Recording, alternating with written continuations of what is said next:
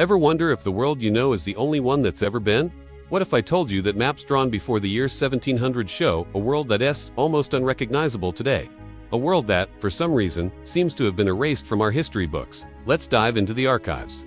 These aren't just slightly inaccurate drawings, they depict fundamental differences.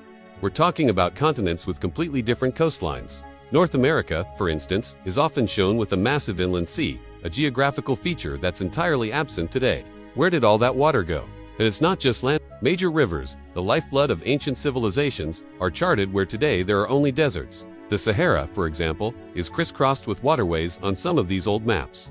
Were these cartographers all just sharing the same fantasy, or were they documenting a world that was lush and green, a world that experienced a catastrophic change? Then there are the cities. We see sprawling metropolises labeled on these maps, cities that mainstream history tells us weren't founded until centuries later.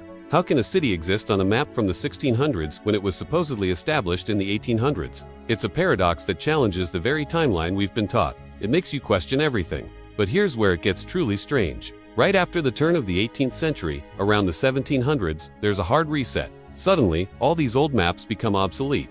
A flurry of new mapping begins, as if explorers were charting a brand new world. Our modern atlases, the ones you see in schools and libraries, they all trace their origins back to this specific period. It's as if everything before that was wiped clean, and the world was remapped from scratch. What could have happened to cause such a drastic and global change? A cataclysm so immense that it reshaped continents, rerouted rivers, and buried entire civilizations, forcing humanity to start over. Was it a natural disaster, or something else? The evidence is staring at us from these ancient, brittle pages, telling a story that's been forgotten.